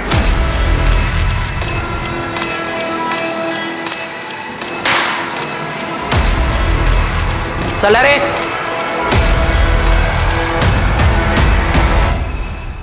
एनकाउंटर स्पेशलिस्ट अपमान के बाद चुप नहीं बैठने वाले थे और नतीजा यह हुआ कि आई साहब के 2 और वफादारों की बलि चढ़ गई। जहां आई साहब इस बात से आग बबूला थी, वहीं उसके हाथ भी बंधे हुए थे। वो बहुत अच्छे से जानती थी कि मुंबई से आए हुए ऑफिसर्स को अगर कुछ भी हुआ तो इसका अंजाम बहुत बुरा होगा। इसका नतीजा यह हुआ कि नासिक दशक की जनता का आत्मविश्वास बढ़ने लगा और उनमें से कईयों ने आई साहेब के फरमान को मानने से इनकार करना भी शुरू कर दिया था। वहीं अरुण यादव ने आई साहेब के काले कारनामों को उजागर करने वाले कई और सारे आर्टिकल्स लिखे और उन लेखों में अरुण ने मुंबई पुलिस की प्रशंसा भी की, जिससे आम जनता का मनोबल बढ़ गया। लेकिन आई साहेब जानती थी कि अब उसे मुंबई पुलिस के आगे कुछ ऐसा करना होगा जिससे यह साबित हो सके कि नासिक दशक की असली मालकिन आज भी वही है।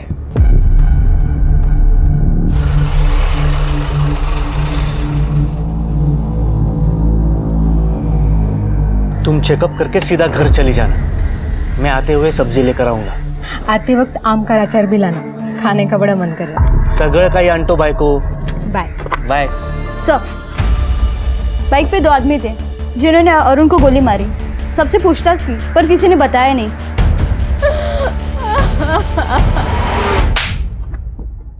ये काम ढंग से नहीं होता तुम लोगों से।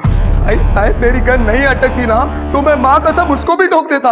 अब पूछो प्रकाश बाबू से। प्रकाश बाबू बोला ना वो। ये देख रहे हैं,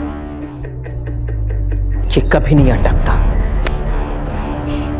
साहेब नाही, आई साहेब नाही, नाही आई साहेब नाही, प्लीज मला एक चान्स द्या, मी करून दाखवतो तुम्हाला, प्लीज आई साहेब नाही, नाही एक। अगर तू मेरा भतीजा नहीं होता ना तो अब तक तेरी उंगलियां उड़ चुकी होती। देशमुख, अब एक और गलती नहीं, एक कही वाईट बातमी मला ऐकायला नाही आली पाहिजे। ये अच्छी बातमी हो सकती है आई साहब। मीना ने किसी का नाम लेने से इनकार कर दिया, लेकिन उसने कहा है कि मेरे बच्चे को इस दुनिया में आने का मौका दीजिए प्लीज। फिर आप जो कहेंगे वो मैं करूंगी। हो प्रकाश, अगर इस वक्त खन्या होता तो वो क्या करता है ऐसे में?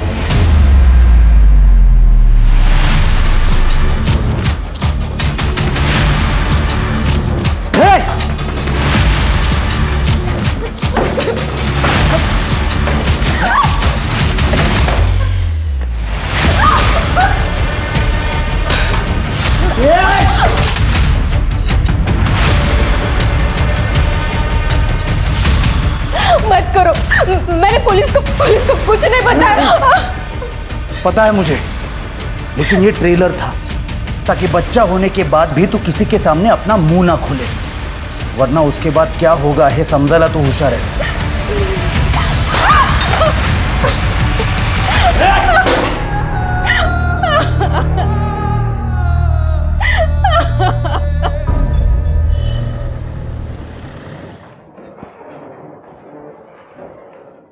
सर आपने बुलाया था?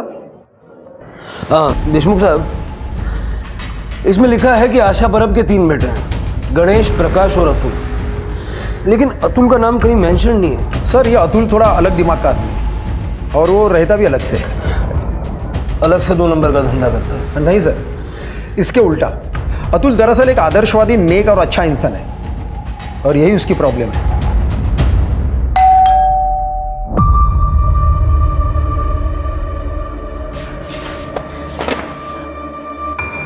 मैम आप आइए ना। अतुल, मुझे तुम्हारी मदद चाहिए। हाँ मैम आइए ना, आप बैठे। मैम आप रो क्यों रहे हो मैम? तुम्हारे परिवार ने मेरे अरुण को मेरी आंखों के सामने मार डाला। किस्मत से मैं बच गई। शायद भगवान चाहते थे कि मैं मेरे बच्चे को जन्म दे सकूं, पर तुम्हारे भाई ने मुझे और मेरे बच्चे को मारने की धमकी दी है। मैम आप मुझे बताएं मैं क्या कर सकता हूँ? मुझे और मेरे बच्चे को अपने परिवार से बचाओ। आप जानते हैं कि मैंने अपने परिवार से सारे रिश्ते नाते तोड़ दिए और यहाँ पर अकेला भी रहता हूँ। आपको और कुछ चाहिए तो मैं आपकी मदद कर सकता हूँ। ठीक है,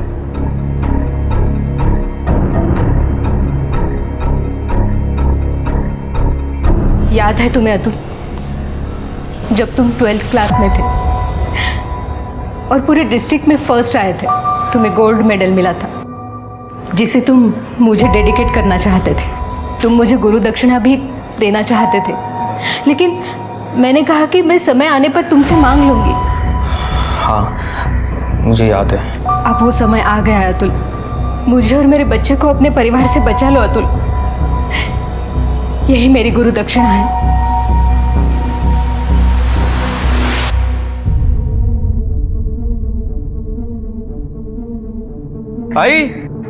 आई साहेब, बघा कोण आले? आई साहेब। अतुल तू? मुझे यहाँ देख के ज़्यादा सोचने की ज़रूरत नहीं है। मुझे मजबूरी में आना पड़ा मीना मैम के लिए। अच्छा, बस इतना ही बोलने आया था? 20 साल रहा तू हमारे साथ, लेकिन बात किसके लिए करने आया? उस औरत के लिए जिसके पति की वजह से तेरे भाई को, मेरे गन्या को पुलिस ने ठोका। क्योंकि आप लोगों के कर्म ही ऐसे हैं। देखिए, मुझे है ना आप लोगों की बातों में पड़ना नहीं है और उनसे मेहरबानी करके दूर रहिए, वरना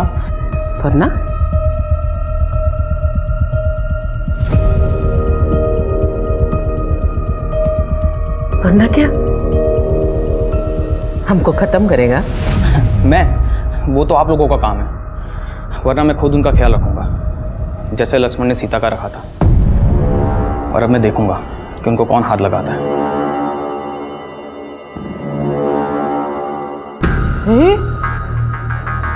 हा कसा माझ्या पोटी जन्माला आला? इसमें तो मेरा एक खून का कतरा भी नहीं है रे। तुम चार गेलाय तो इसीलिए ना वो तुम्हारी तरह नपुंसक निकला।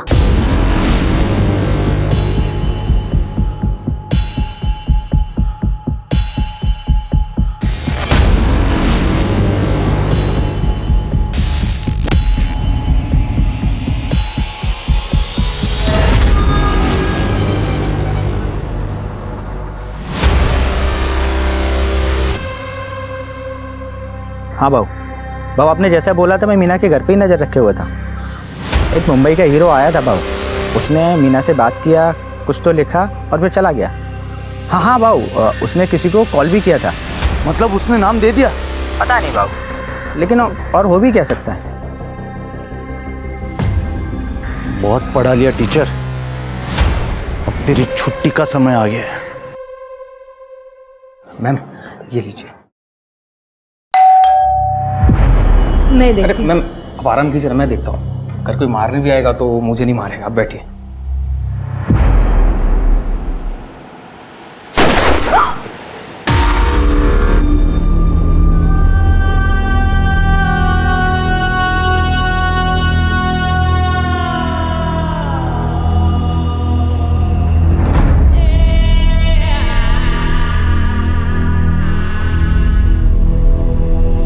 मेरा बच्चा किसने मारा उसको? हाँ? तूने मारा? बोलो, तूने मारा उसको? तू वो मीना को रास्ते से हटाना चाह रहा था कि खुद को तू बचा सके, इसलिए तूने मारा ना? बोल, तूने मारा ना? नहीं आई साहब, मीना है मारना। आई शपथ। अपनी माँ की कसम मत खा, मर गई तेरी माँ। साला कौन गद्दार है? किसने तेरे तू बोल, सच बोल, तूने मारा ना उसको? आई मैं अतुल को नुकसान कैसे पहुंचा सकता हूँ? आई अरे तो किसने मारा?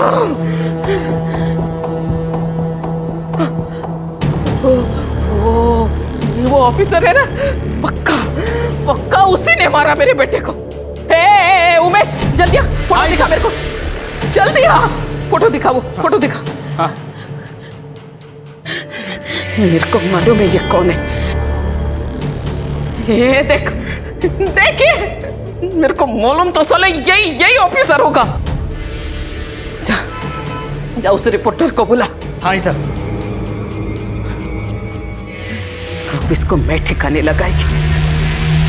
मीना के घर के बाहर सब इंस्पेक्टर शिर्के की मौजूदगी की खबरें दूसरे अखबारों की सुर्खियां बन रही थी उनके पीछे रखी हुई गन की फोटो को हाईलाइट करके सभी जगह दिखाया जा रहा था, जिससे हंगामा खड़ा हो गया। इसका नतीजा यह हुआ कि मुंबई से आए हुए ऑफिसर्स की टीम को डिपार्टमेंट से कॉल आया। किस्मत से सब इंस्पेक्टर शिर्के के पास प्रूफ मौजूद थे कि वो अतुल की मौत के समय लोकल पुलिस स्टेशन में था। मुंबई से आए हुए ऑफिसर्स ने तुरंत इस केस को लोकल पुलिस से अपने हाथ में ले लिया और जांच शुरू कर दी। उन्होंने सीसीटीवी फुटेज चेक की, साथ में पूरे परिवार के मोबाइल डाटा और लोकेशन डिटेल्स को भी खंगाल डाला। मीना ने पुलिस को सपोर्ट करने से मना कर दिया था, क्योंकि वो अतुल की मौत का जिम्मेदार अपने आप को मान रही थी। और जब सबको ऐसा लगने लगा कि अब पुलिस के हाथ में कुछ भी नहीं बचा है, तभी पुलिस को एक लीड मिली। सर, अतुल के मर्डर के 15 मिनट पहले सूरज के फ़ोन की लोकेशन और 10 मिनट पहले प्रकाश के फ़ोन की लोकेशन मीरा के घर की थी। उसके बाद ये दोनों अपने घर आ गए थे। फ़ोन रिकॉर्ड से पता चला सर। देशमुख को बुलाओ। ठीक है सर। मुझे प्रकाश और सूरज की पूरी कुंडली चाहिए। सर, मैंने आपको पहले ही बोला था कि ये प्रकाश गुस्सेल दिमाग का आदमी है, हर वक्त गुस्से में रहता है, छोटी छोटी बात के लिए किसी का भी मर्डर कर सकता है। सर, ये प्रकाश गणेश को पसंद नहीं करता था, क्योंकि ये गणेश आई साहब का फेवरेट था, और ये भी पता चला है कि आई साहब के बाद वही गद्दी चलाएगा। लेकिन प्रकाश गणेश के अंडर काम करना नहीं चाहता था। सर, रही बात अतुल की, तो किसी की गिनती में भी नहीं आता था। हाँ, लेकिन सूरज वो जल्द से जल्द गद्दी पाना चाहता था। बाकी सबको पता है कि वो एक नंबर का आय्याशी और लड़कीबाज आदमी है। तो प्रकाश ने अतुल को नहीं मारा? इससे क्या होगा उससे? इससे अच्छा वो आई साहब को मारता। और सूरज? सर, सूरज आई साहब के भाई का बेटा है। भाई की मौत के बाद सूरज को आई साहब ने छत्र छाया में लिया था। इस सूरज के भी सपने बहुत बड़े हैं, लेकिन सर ये सूरज आई साहब और प्रकाश से बहुत डरता है। प्रकाश और सूरज दोनों ही मीना के घर के आसपास थे, लेकिन मर्डर के टाइम नहीं। परिवार का कुछ ना कुछ कनेक्शन तो है। ये जो आदमी है, ये परब परिवार का राइवल पांडुरंग साटम। सर, एक जमाने में दोनों टक्कर के थे, लेकिन आई साहब 2 कदम आगे। आई साहब ने लोगों को इस साटम से बचाना शुरू कर दिया, और 2 साल पहले उस साटम को आई साहब ने तड़ीपार करवा दिया। मुझे साटम चाहिए, चाहे जहाँ भी हो, और कत्ल वाले दिन के उसके वेयरअबाउट्स निकालो सब। सर, मैं रमेश पावड़े, नेहा का चाचा। सर, ये लोकल मैटर है, इसे मुझे हैंडल करने दें। परब परिवार से जुड़ा हुआ कोई भी मामला लोकल नहीं है। हाँ, तो आप क्या कह रहे थे? प्रकाश परब ने नेहा को किडनैप किया, लेकिन वो ऐसा क्यों करेगा? सर, ऐसा है कि मेरे भाई और मेरे भाभी की 10 एकड़ जमीन थी हाईवे के पास, और जैसे ही डेवलपमेंट की अनाउंसमेंट हुई तो आई साहब वो जमीन 1 लाख रुपए को खरीद करना चाहती थी, तो भाई ने ना कर दिया। तो आई साहब हमें बार बार धमकाने लगी। सर, हम यहाँ कंप्लेंट लिखवाने भी आए थे देशमुख साहब के पास। आई साहब ने हमारे भाई और भाभी को मार डाला। वो तो किस्मत अच्छी कि नेहा हमारे घर थी, इसलिए बच गई वो। प्रकाश ने जब से उसे देखा था ना, उससे वो शादी करना चाहता था। सर, आप ही बताइए, जिस लड़की के माँ बाप को जिसने मारा है, उससे वो शादी कैसे करेगी? इसलिए प्रकाश ने नेहा को किडनैप कर लिया। साहब, 1 महीना पहले घर में जबरदस्ती घुसकर नेहा को उठा के ले गए।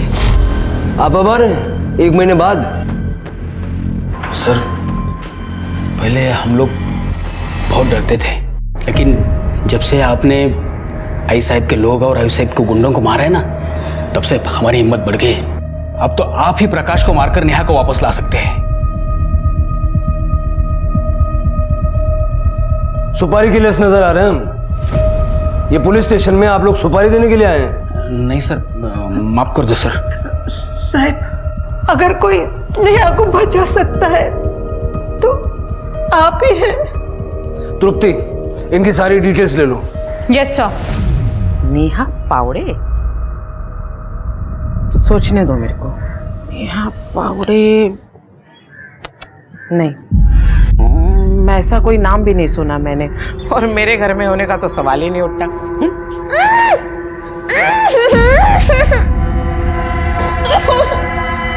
मेरा पक्या क्यों उसको जबरदस्ती उठा के लाएगा? मेरे पक्या के आगे तो 100 लड़कियां ऐसे बिछ जाती है। तरस आता है मुझे ऐसी लड़कियों पे। नेहा के चाचा ने एफआईआर किया, आपके घर की तलाशी लेनी होगी, पूरा घर चेक करो अच्छे से। एक मिनट, वारंट है नहीं ना? क्या है ना इंस्पेक्टर साहब, थोड़ा बहुत कानून मैं भी जानती हूँ, माहिती ठेवा भी लगते हो, और अच्छा नहीं लगे ना मेरे पंटर लोग जो है ना मुंबई की हीरो का ऐसे कॉलर से पकड़ के ऐसे फेंक देंगे तो बेइज्जती होगी तुम लोगों की। अच्छा तो नहीं लगे।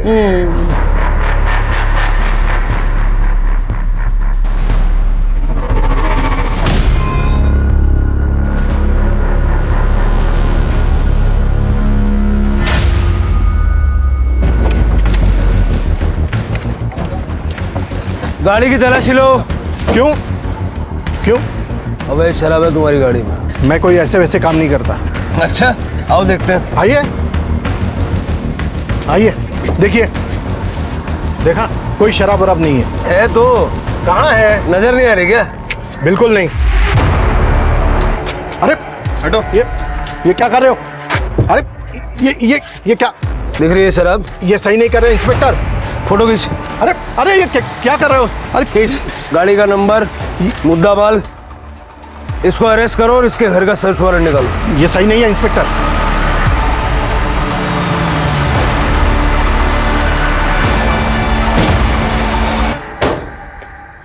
एक बार आई ने मुंह काला किया ना, फिर भी तेरा पेट नहीं भरा। ए पक्या, रुक जा। अगर इन लोगों ने दोबारा यहाँ आने की हिम्मत की है, इसका मतलब ये पक्का वारंट लेकर आए।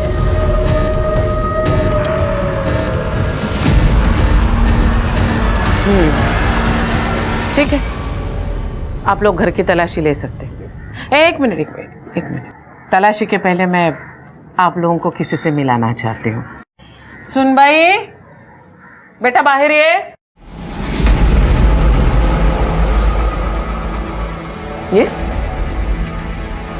ये देखिए, ये है हमारी सुनबाई, पक्या की बाई को, नेहा परब।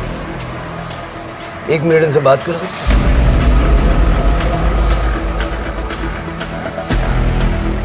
क्या नाटक है ना? सब कोई नाटक नहीं है, प्रकाश मेरा पति है। देखो नेहा, तुम्हारे चाचा चाची ने कंप्लेंट फाइल की है, इन लोगों से डरने की जरूरत नहीं। साहब, मैं नहीं जानती कि चाचा जी ने आपसे क्या कहा, क्यों कहा। मैं बस ये जानती हूँ कि मैं अपनी मर्जी से प्रकाश से लगन की।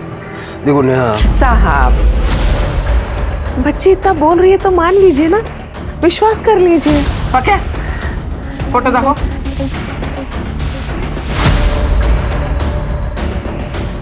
बघा, लग्नाचा फोटो।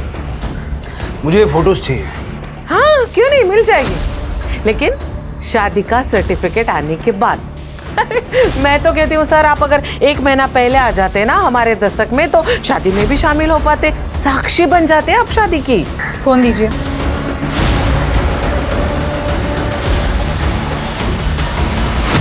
सर, फोटोज मिल गई है। धन्यवाद। झालं समाधान? सुन बाई, चला चल।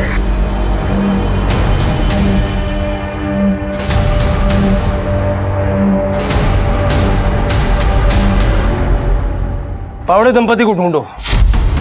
अगर नेहा का ये हाल है तो हो सकता है कि प्रकाश या आई साहब ने उनको किडनैप किया। Yes sir. मुझे ये नहीं समझ आ रहा है कि नेहा ने ऐसा क्यों कहा कि वो अपनी मर्जी से शादी करके वहां रहती है। और उस फोटो वाले पंडित को भी ढूंढो।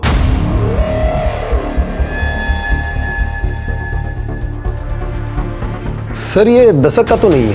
ये केस के लिए बहुत इंपॉर्टेंट है, इसको ढूंढना होगा। ये फोटोग्राफ मुझे भी सेंड करो। सर मैं भी ढूंढता हूँ। सर, परब परिवार के फोन लोकेशंस चेक करने के दौरान एक इम्पॉर्टेंट इन्फॉर्मेशन हाथ लगी है। गणेश के एनकाउंटर वाले दिन सूरज उसके साथ था, लेकिन उसके बाद वो गायब हो गया। Hello hello. हाँ,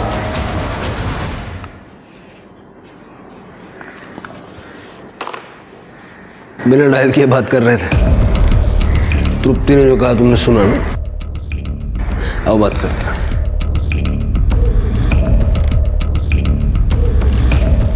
अंदर जो कुछ सुना जाके आई साहब को बता दो। अरे सर, मैं कैसे आई साहब को बताऊं? तुम्हें क्या लगता है मुझे नहीं पता कि आई साहब को खबरें तुम पहुंचाते हो? ये बता देना कि गणेश के एनकाउंटर वाले दिन सूरज उसके साथ था, और ये भी बता देना कि अतुल के मर्डर वाले दिन प्रकाश और सूरज दोनों मीना के घर के पास थे। सर, इस बात से तो हड़कंप मच जाएगी। गढ़चिरौली जाने से तो अच्छा है ना कि थोड़ा सा हड़कंप मचाए।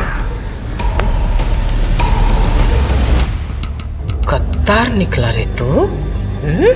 साला भाई के प्यार के चक्कर में तेरे जैसे सपोले को नहीं, मैं गणेश भाव के साथ था, लेकिन मैं किन्नर उतर के स्टेशन चले गया। उसके बाद मुझे नहीं पता कि क्या हुआ या कि उनके साथ कहाँ गए वो। अब देशमुख साहब को पूछो, मेरा फोन रिकॉर्ड चेक करे, क्या मेरा एक भी कॉल पुलिस को गया है? आई साहब, इसने किसी को कॉल नहीं किया, कॉल रिकॉर्ड में भी कुछ नहीं मिला।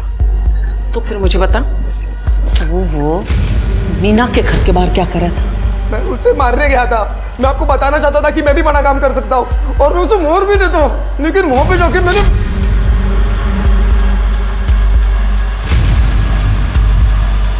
मैंने अतुल भाव को देखा। भाई शपथ में वहां से निकल गया उसके बाद। आई, ये सच कह रहा है। मैं उस दिन वहां पर गया था ये चेक करने कि इसने अपना काम ठीक से किया है कि नहीं तो मैं ही उस मीना को मार देता। लेकिन जब मैं वहां पर गया तो अतुल को वहां पर देख के मैं भी चौंक गया। आई, फिर मुझे लगा कि कोई दूसरा प्लान बनाना पड़ेगा। हाँ सर, इनके लोकेशन रिकॉर्ड से कंफर्म होता है कि ये दोनों सही कह रहे हैं। किसने मारा? किसने मारा मेरे अतुल को?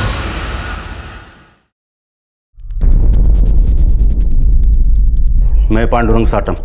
भले ही मेरी परब परिवार के साथ में दुश्मनी हो, लेकिन मैंने परब परिवार के किसी भी आदमी को और उनके गुंडे को नहीं मारा है। परब परिवार ने न सिर्फ तुम्हारा बिजनेस छीना, बल्कि तुमको तड़ीपार भी करवाया। इसीलिए मैं उनका बिजनेस धंधा डुबाना चाहता हूँ। इसीलिए मैंने अरुण जादव को पैसा देकर उनके खिलाफ आर्टिकल लिखवाने को लगवाए, और बाद में अरुण को मरवा दिया ताकि आई साहब को फंसा सको। मुझे मरवाना होता तो मैं डायरेक्ट आई साहब को मरवाता था ना। अच्छा था मेरे लिए, उनकी बादशाहत भी खत्म हो जाती और उनका धंधा भी मेरे हाथ में आ जाता। जब तक इन्वेस्टिगेशन खत्म नहीं हो जाती, साटम को कस्टडी में रखो। सर, अरे मैंने क्या किया साहब? चलो, पण माझं काही सर।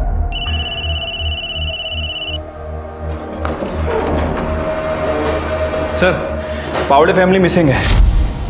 जैसा मैंने सोचा था, हमारी पहली और दूसरी विजिट के बीच में ये शादी हुई है, 2 दिन में। सर, पंडित का पता चल गया है, वो कल गांव आने वाला है। तो कल चला जाए फिर पंडित जी का आशीर्वाद लेने। हो साहिब, मैंने ही 1 महीने पहले इन दोनों का लगन करवाया था। पक्का? हाँ साहिब, परब परिवार को कौन नहीं जानता है, इसलिए मुझे अच्छे से याद है। बात तो आपकी सही है, और आप ठहरे भगवान के आदमी झूठ थोड़ी बोलेंगे। चलिए, घर छोड़ देता हूँ आपको। पंकज,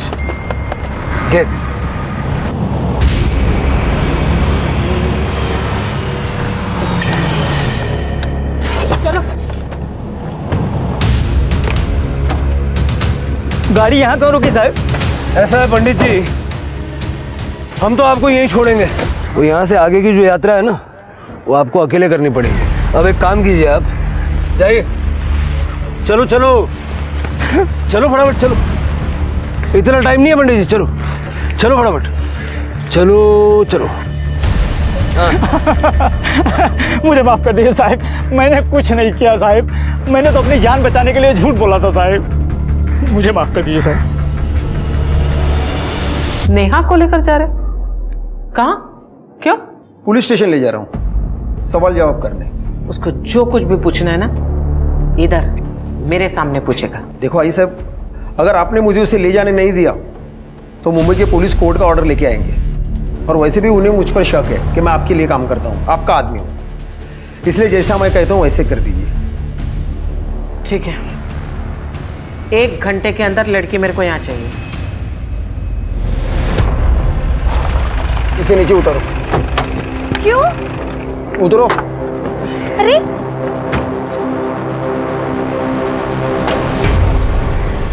चलो उस गाड़ी में बैठो। लेकिन क्या हुआ है? जैसा कहा जा रहा है वैसा करो तुरंत। चलो चलो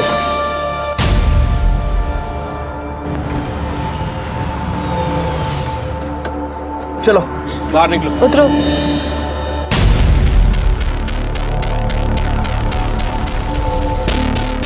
तुम जा सकती हो।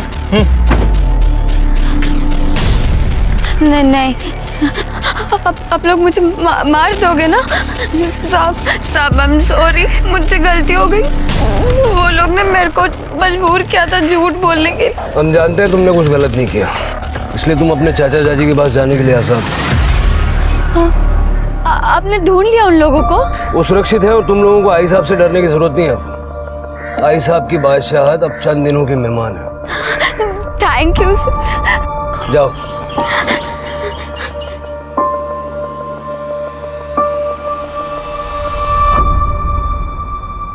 नेहा ने हमें सब कुछ बता दिया, लेकिन हम तुम्हारे मुंह से सुनना चाहते हैं।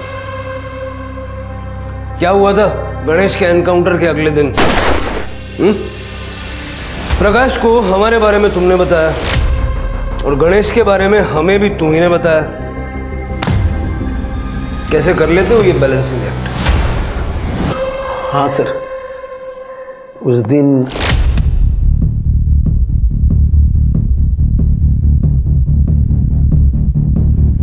क्या हुआ? अपने भाई गणेश को बोलिए कल सुबह तक घर के बाहर ना निकले। उसका एनकाउंटर तय हुआ है। मुंबई से एक टीम आई हुई है। और फिर भी गणेश हमें मिल गया। मतलब प्रकाश ने गणेश को रोका ही नहीं। वो चाहता था कि उसका एनकाउंटर हो जाए। मुझे लगता है अतुल को भी उसी ने मारा है। तो फिर तो वही बचता ना अकेला, परब खानदान का वारिस। सर वो मुझे कुछ पता नहीं, लेकिन अतुल के मौत के कुछ दिन पहले प्रकाश ने मुझे आई साहब को एक मैसेज देने के लिए बोला था। सुन, तू आई को बोल कि तूने अतुल को एनकाउंटर के बारे में बोला था, लेकिन उसने गण्या को बताया नहीं। आई साहब आप विश्वास रखिए, मैं खरा बोलते हैं। उस दिन मैंने अतुल को मैसेज दिया था कि गणेश को घर से बाहर निकलने को ना कहे, लेकिन ये समझ में नहीं आया कि अतुल ने गणेश को बताया क्यों नहीं। मैं खुद जाता था मैसेज देने, लेकिन वो मुंबई से टीम आई थी इसलिए मैं जा नहीं पाया। तो अतुल ने गणेश को बताया क्यों नहीं? हरामखोर, साला गद्दार। आई साहब ने अतुल को मारा? मालूम नहीं सर, लेकिन उस दिन मैंने उनकी आंखों में खून देखा था।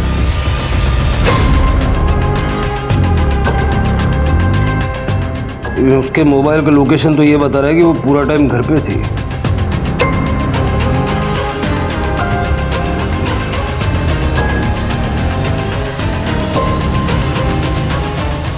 यहाँ मैं अतुल के कातिल को ढूंढने की पूरी कोशिश कर रही हूँ, आप मुझे पे इल्जाम लगा रहे।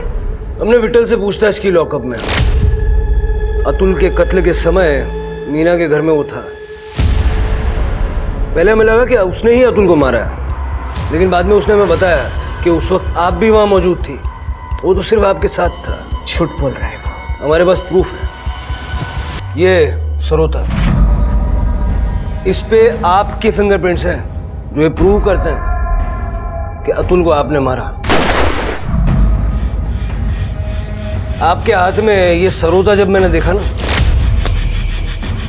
तभी मैं समझ गया।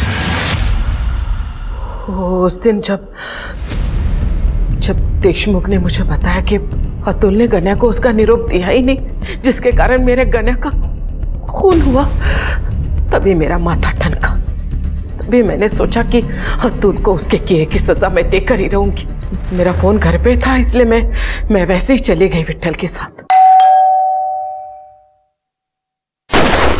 शायद ये अड़किता उसी वक्त मेरे हाथ से गिर गया होगा, लेकिन मुझे लगा कि शायद ये बात पुलिस के नजर में नहीं आया, इसलिए मैंने राहत की सांस ली और ये नया अड़किता लेकर आ गई। बात तो आपकी सही है। जब हमने अरुण का घर सर्च किया तो हमें कुछ नहीं मिला। बाद में हमें फोटो में ये सरोता दिखा, तो हमने उसे ढूंढ लिया। एक और बात, गण्या के एनकाउंटर के बारे में देशमुख ने अतुल को नहीं, प्रकाश को आगाह किया था।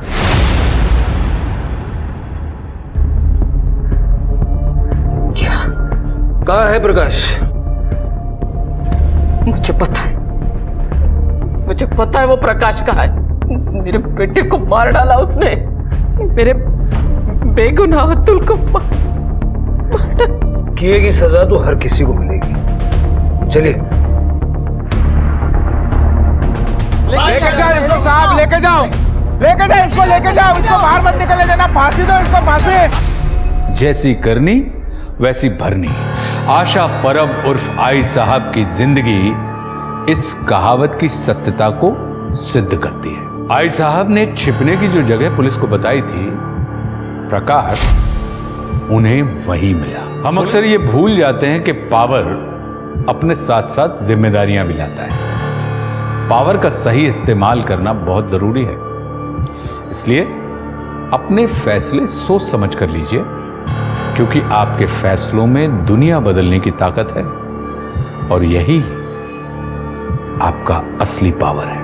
अब मैं आशुतोष राणा विदा लेता हूं आपसे। हम फिर मिलेंगे एक ऐसी ही कहानी के साथ जो आपको रखेगी सतर्क और जिंदगी को सुरक्षित। तब तक अपना और अपनों का ख्याल रखिए और देखते रहिए क्राइम पेट्रोल सतर्क। जय हिंद। क्राइम पेट्रोल के और भी दिलचस्प कहानी देखने के लिए हमारे चैनल को सब्सक्राइब करें और बेल आइकॉन दबाना न भूलें।